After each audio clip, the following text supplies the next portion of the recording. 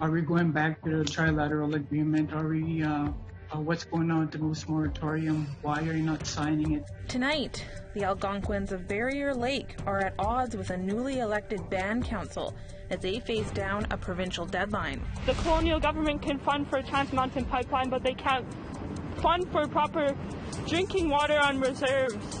Double trouble, drawing attention to the Trans Mountain pipeline and some of the companies working in the background. There's a couple shots where it's just the sky and cranes, and if you're just looking at it like that, then it's just the sky and cranes. And beauty is in the eye of the beholder. A new video installation gives insight into the inner workings of some youthful minds.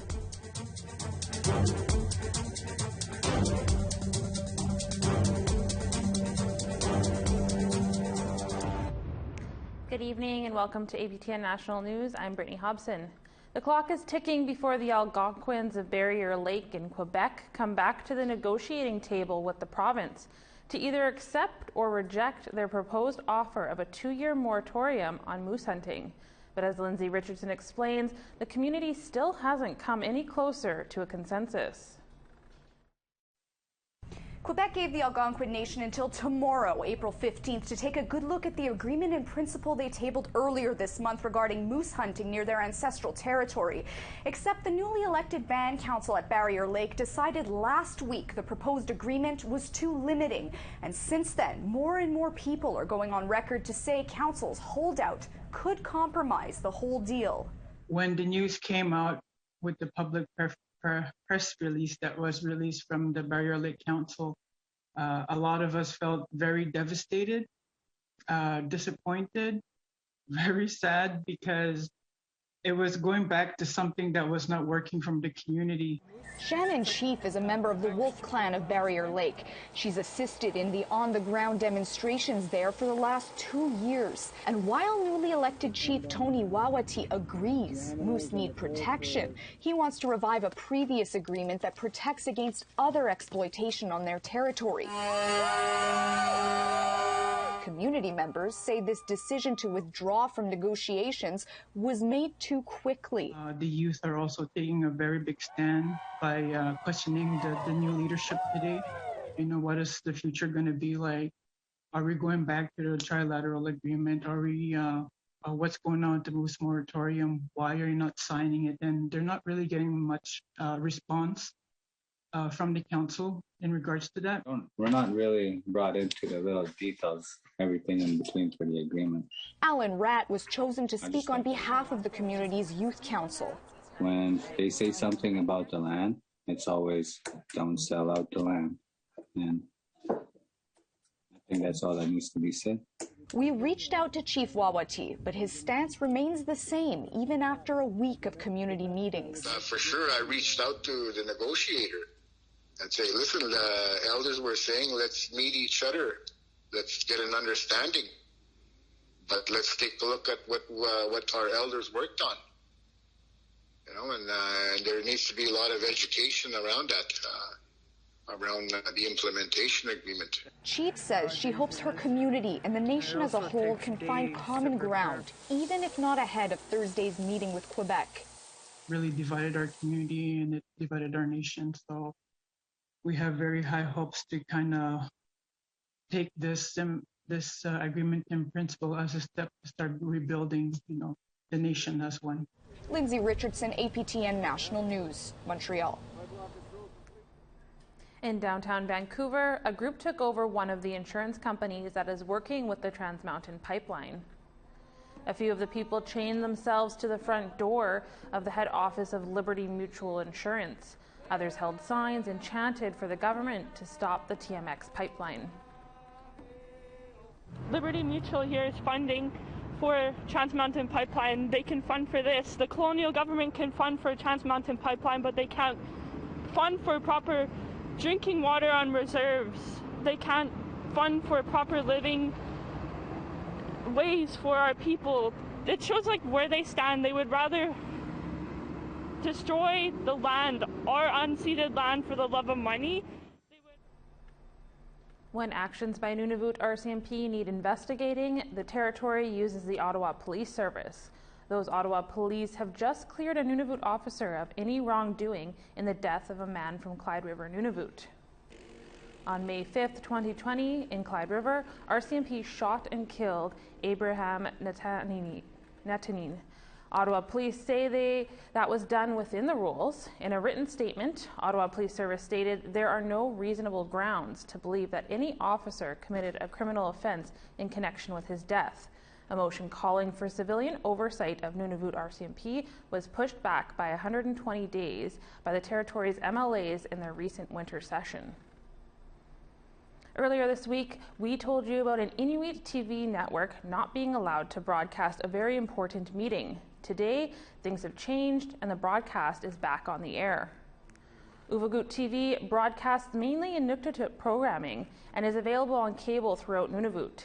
They wanted to broadcast the Nunavut Impact Review Board final hearings on the Mary River mine, just like they did in February. Earlier this week, they were denied permission. Now the board has reversed course and will allow live broadcasts of the hearings. Here is some of what Uvagut was sharing with Nunavumuyut today from the hearings. Kikitani Inuit Association is always willing to work with Baffinland to improve the project to a point where it can be accepted by Inuit. However, this project proposal is not there yet, and we are not confident that it will be before the Nunavut Impact Review Board renders its decision. We want to hear what you think. Here's how to continue the conversation. Send your emails to news@aptn.ca. Leave a comment on aptnnews.ca. You can also find us on Facebook, Twitter, Instagram, YouTube, and now TikTok.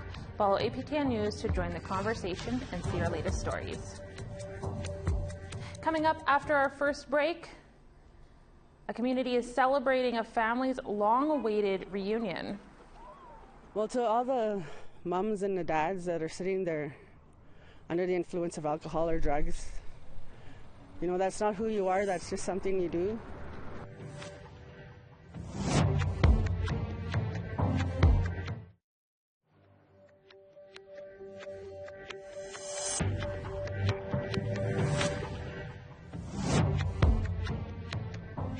A Dene man in the Northwest Territories is speaking out over the government seizing caribou meat.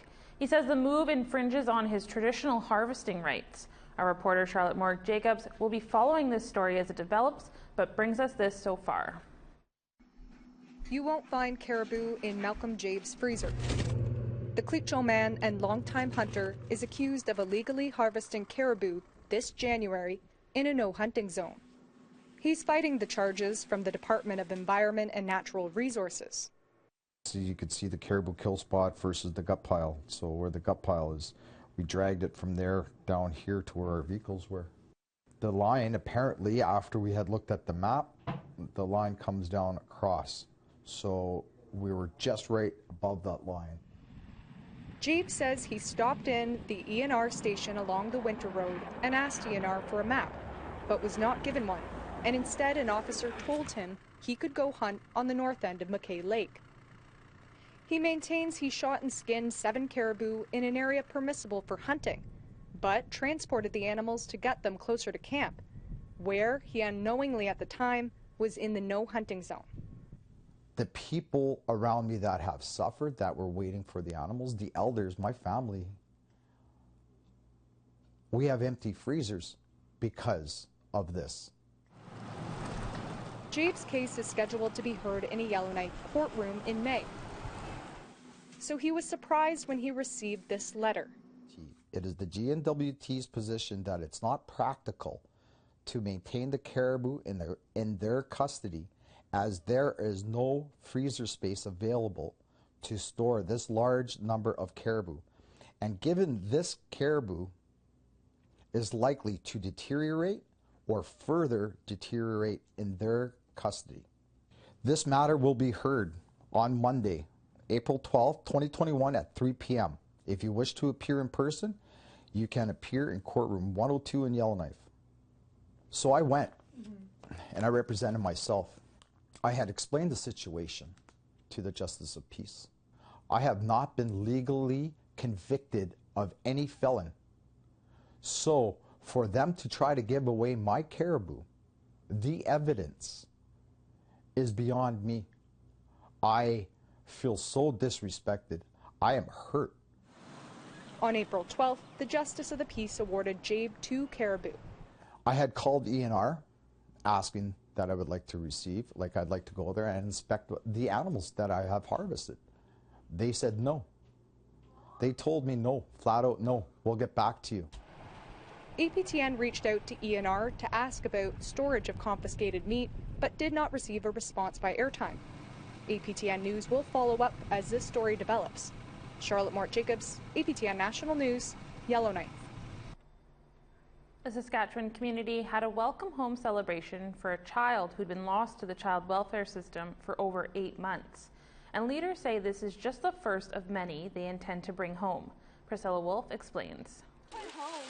This Mistawasas Nihiawak mother lost her 10-year-old son to the child welfare system in the midst of her battle with meth. But she won her fight with addictions, and when she did, her community stepped up to the battle for the return of her child from an off-reserve foster home under the Ministry of Social Services back to this community. That happened in early April. We have to hide their identity for privacy reasons because the file remains open. It shouldn't have happened to where my son left the reserve, his homeland, you know. Mistawasas Nihiawak held a welcome home ceremony for the boy to help his spirit return to the community.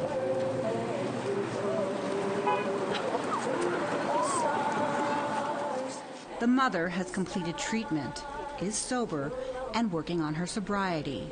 She has a message for parents who are currently struggling with addictions. Well, to all the mums and the dads that are sitting there under the influence of alcohol or drugs, you know, that's not who you are, that's just something you do. Don't let the ministry get to you. Your children need you, don't give up. Deanna Ledoux, who was asked by Chief Darrell Watson of Mistawasas Nihiawak to be the boy's advocate, says it's important to keep kids in care on reserve, and she was happy to help bring him home to his mom. I was contacted by the chief of this nation and appointed as the young man's advocate.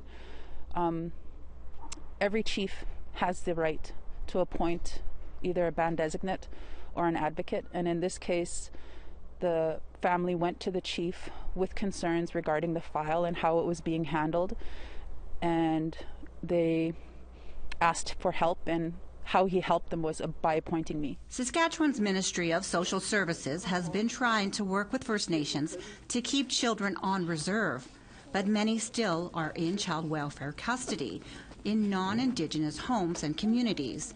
Mistawasas Nihiawak plans to fix that for their own children at least. Bill C-92 was passed in 2019. The legislation aims to reduce the number of youth in care and enables First Nations to create their own welfare systems to bring and keep their youth home. The First Nation is working on their own legislation under Bill C-92 to make sure if children need to be apprehended, they will be in the care of the community and based on community standards, not provincial or federal legislation. In this case, on-reserve foster families were not utilized, and he was placed in 2 different group homes off reserve. In regards to this particular file, I was confused as to why the province or MSS had the file when there is an agency designated for this nation. And the chief's issue was that the boy was removed from the nation. Ledoux adds when First Nations regain jurisdiction of child welfare matters, it will stop the separation of children from their homes and communities. This community hopes to take back that power soon. They're not serving our children. They need to be reviewed. With the new child welfare system, with nations taking over their own agencies and taking their children back, I think that will make a difference, but that doesn't undo the damage that has been done to generations of children that have grown up in care. You're with family. This is your home. You're never going to leave here like that. The mother hopes she's not the last parent in her community to enjoy a reunion like this, and that other kids never have to leave when they're in care. I think he was more damaged in the ministry process than he was in the drug addiction process. Priscilla Wolf, APTN National News, Mr. Wasis, Nihirwak. Time now for another quick break. Coming up, a new installation is exploring the world through Indigenous youth. The projects that are on presentation right now in the space activate stories and conversations about connection and resistance and migration.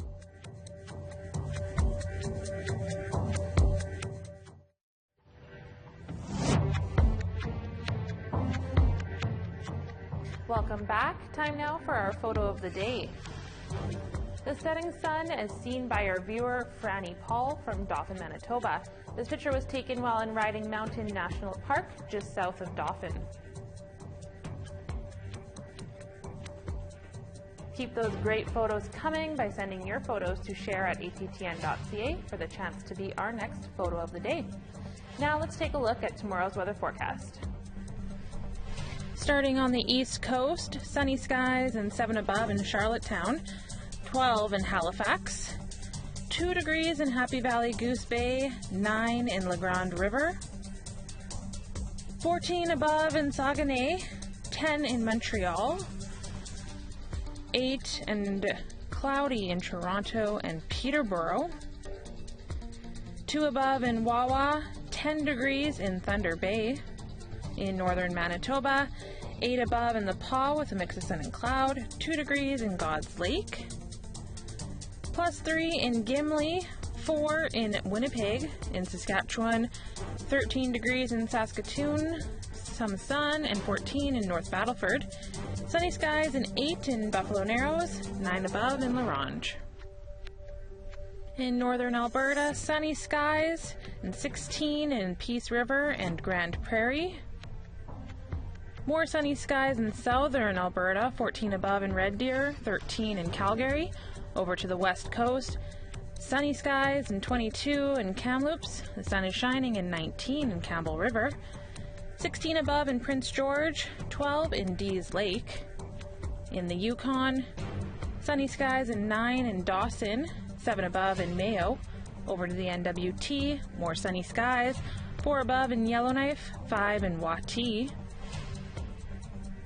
5 degrees in Colville Lake, -7 in Saxe Harbor. In Nunavut, -10 in Whale Cove, a bit of sun and -4 in Arviat.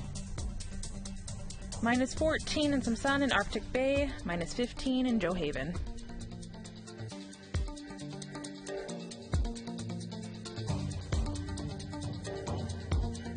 A new video installation is now open in North Vancouver, giving viewers an insight into the worldview of Indigenous youth. APTN's Tina House has a story. 2008, Ecuador inserts the legal rights of nature into their constitution. 2011, Bolivia does the same thing. 2017, Aotearoa, New Zealand's government gives 2 guardians to a river, one a member of the Crown, the other Indigenous. 2019, Bangladesh, quoted as saying, "The river is our mother," gives the same legal rights to a river as to humans. This video installation presented by the Polygon Gallery called Response, the Land Narrative, is a showcase of experimental approaches to storytelling. The projects that are on presentation right now in the space activate stories and conversations about connection and resistance and migration. 19-year-old Colton Cardinal is one of the filmmakers who has a video included in the installation. There's a couple shots where it's just the sky and cranes, and if you're just looking at it like that, then it's just the sky and cranes. But if you watch long enough, I've got birds coming by. There's birds flying by every couple seconds, and they're like, you pretty soon start to realize that they're like living in this shipping yard like they would a forest or something. Response, Land Narrative is in collaboration with the Polygon Gallery and the Capilano University. It's after a successful workshop program that ran in the fall of 2020. It's one thing when, we shoot them in our devices and then edit them on our computers, but to see it projected large is, the feedback I've had so far is that the artists are really excited.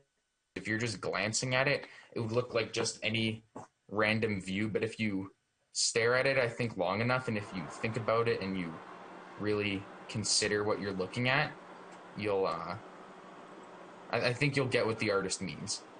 Response to the Land Narrative runs until April the 17th at the Polygon Gallery. Tina House, APTN National News, North Vancouver. 2 First Nations women have taken cooking TV by storm. On today's In Focus, I got to chat with the amazing chefs. One, a finalist from the Season 3 of the Great Canadian Baking Show, and the second, the youngest contestant ever to compete on Top Chef Canada. They shared their inspiration and what it's like to cook competitively on TV. Here's a preview. I really enjoy just taking things, and we like to harvest our own vegetables and go pick our own berries and hunt. There's just something magical about taking ingredients that you've sourced and putting them together and making the house smell incredible and filling bellies and just visiting. And that's something we don't really get to do right now because, of course, with the way things are. But my sister does live across the street, and we just trade food back and forth on our doorsteps. You know, it was always a dream of mine to cook on TV. I used to watch cooking shows when we were, little kids growing up on the res, and we only had 3 channels. So you'd only get like 1 or 2 cooking shows if you were lucky and you jotted down the time. But it was just so cool to watch somebody cook on TV. And when Cookum was cooking in the kitchen, you sat at the kitchen table usually, and you just watched, and she told you what she was doing. Like, she explained it as she went, and I just thought that was so cool, and I wanted everybody to be able to experience watching her cook. Because it wasn't measurements or anything. It was like, you just add this till it feels right. And I loved her food. And so I thought, you know what? If I can get on a cooking show or a baking show, then I get to do exactly what I always wanted her to be able to do. And it was like, it was just a dream, and I couldn't believe it happened. I'm going to be honest, I don't know too much about my Cowichan kind of heritage. I didn't really grow up kind of around that family or kind of with that influence. But what I've been very blessed with has been, so I went to high school in Oliver here in British Columbia, a very small town, but it's part of the Osoyoos Indian Band Nation. And so when I was in high school and culinary school, they were kind of the biggest influences and kind of showed me and kind of taught me some of their culture and some of their history. And then so when it comes to my cooking and stuff like that, the more I dive into my Cowichan heritage, I like to pay an homage to what I've learned from the West Coast and bring it in with the interior. And that's all your APTN National News for this Wednesday, April 14th. If you missed that episode of In Focus, you can catch it online at aptnnews.ca. I'm Brittany Hobson. Stay safe and have a great evening.